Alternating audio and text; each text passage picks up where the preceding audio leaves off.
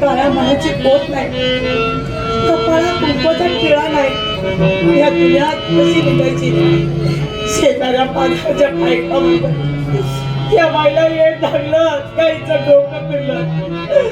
त्या टाकटा नवरा एवढा असताना आईच्या कपाळाला कुंकू नाही, घरात काळ्या मनाची पोत नाही. या लोकांना काय सांगू आणि काय नाही असं वाटतं. भगवंता, माझा घर तरी याच्या आधी माझा जीव तरी घे, नाहीतरी काळी रात्र माझ्या नशिबात आणू नको, आणू नको. कारण अंधार पडल्यानंतर काळजाचं डोकं दार दार दार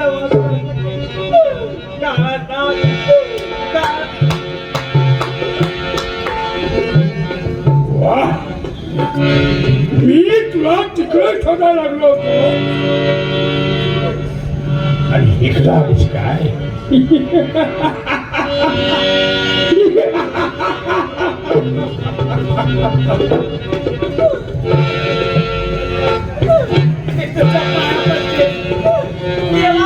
बदल पसरते, पण मला जाऊ द्यावं, जाऊ द्या. किती दिवस लपून चपून राहायची लोक, पाया पडून भीक मागून माझ्या संजयाचा जीव परत यायला पाहिजे. तुझ्या नवऱ्यानं, तुझ्या रागावनं माझ्या संजयाचं लचकं लचकं तू आपलं कोणाचे छान वाटे त्याला देशील माझ्या संजयाला.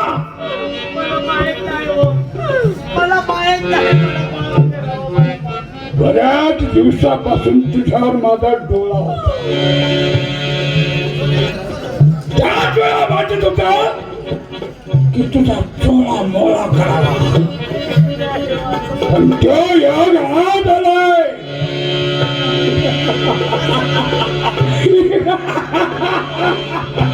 आता नाही, आता तुला कुणी वाचू शकणार नाही. परमेश्वर नव्हे, अगं ही सगळी माणसं सुद्धा माझी आहेत.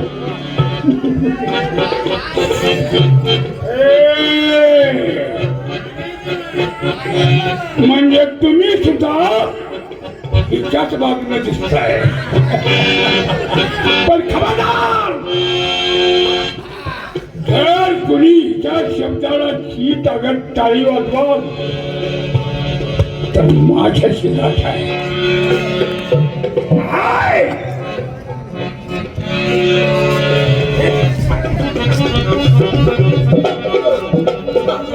समज, एखादा उन्हात तोंडातून चाललेला माणूस झाडा खाली कशाचा भिजतो? पटलेला असतो, राब राब राबलेला असतो.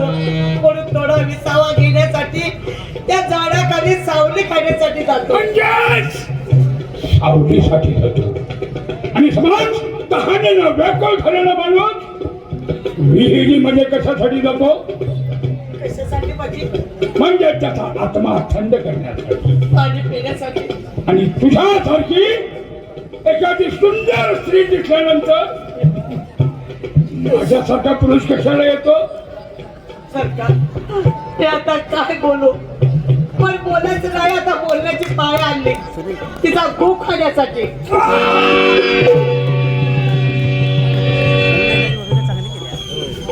कुणी आवाज करायचा नाही, कुणी आवाज करायचा नाही.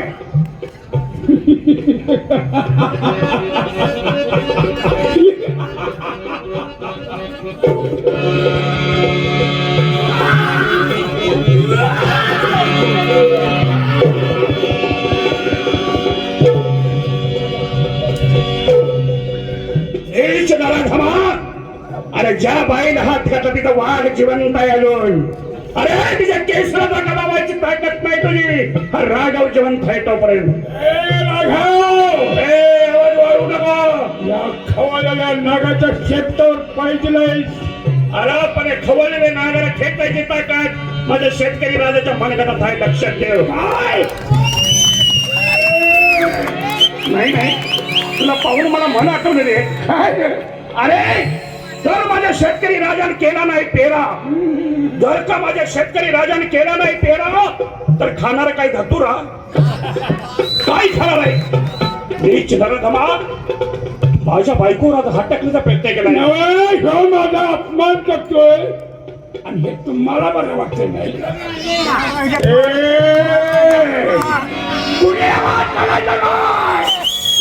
आता तुला जीवन ठेवत नाही.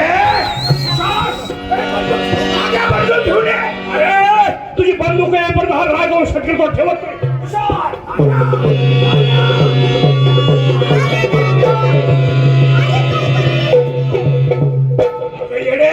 ही गावाला लागलेली कीड काढायला लावले गावातलं पहिली. अरे दादा, अरे तुम्हाला एक वचन दिलं होतंस. काय? आणि तुझ्या लक्षात काय? अरे ते मग मला खूप वाचत.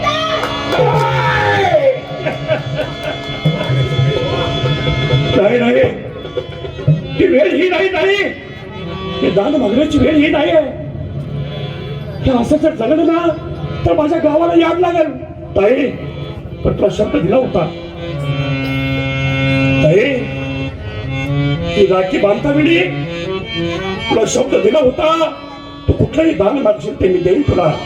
ताई ती राखी आणि हे तुझं कुंकुवाचं दान तुला देतोय, पण आमच्या गावात राहू नको. हे गाव सोडून कुठे जा, हे दान घेऊन जा कुठे. साहेब राघव, आता तू दान केलं जरा पाठीमागचा की नागिन आहे ना. हा हा. अरे विचारी नागिनीला किती दूर पाजण्याचा प्रयत्न केला, ती जाऊन करणार. नागा कोण नाग्या? तू नाग्या लेका तू झालाच होय. बरं झालं. बरं झालं. या हरामखोराला तिकीट. वय वय नाग्या म्हणून तुम्ही मला आणि रुबारे भोसर कुठे आहे? तुम्ही नाग्या म्हणताय ना. रुबारे कुठे आहे? एक मिनिट, फोन लाव. तू मला अजून नाग्या म्हणून ओळखतो काय? मग मी कोण आहे तुला अजून माहिती नव्हतं. मी तुझ्या इथे का थांबलो, कारण मला खरा पुरावा तुझ्या विरुद्ध पाहिजे होता म्हणून. म्हणजे तू हा, शियाळी पाचपट इतर नोकरी करतो का? त्यासाठी तुझं काय कार्यकाळ मला बाहेर काढायचं. आता अरे बायाची तुला इज्जत नसते ना. अरे. अरे दुसऱ्यांच्या बाया म्हणजे तुला भाजीपाला वाटतो ना.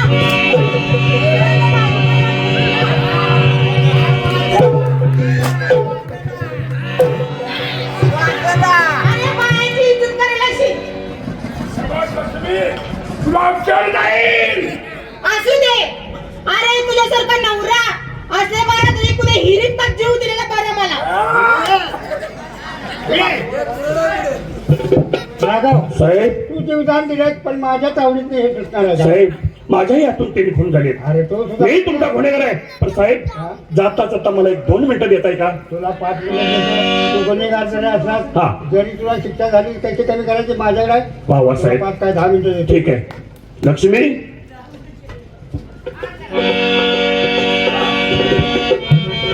लक्ष्मी, ज्यावेळी तुला मी घर सोडून गेलो त्यावेळी तुझ्या कंपाळाचं कुंकू पुसून गेलो होतो मी. त्यापासून आज तागायत ही लक्ष्मी विधवा म्हणून फिरायला लागली बंधूनो. पण पोलीस स्टेशनला जात असताना चौकशीने जातो आणि बंधूनो जाता जाता एकदा माझ्या बायकोला सौभाग्यवती करून जातो. ते सौभाग्यवतीचं कुंकवाचं दान तिला देऊन जातो. हे बघ, हे तुझं कुंकवाचं दान आहे.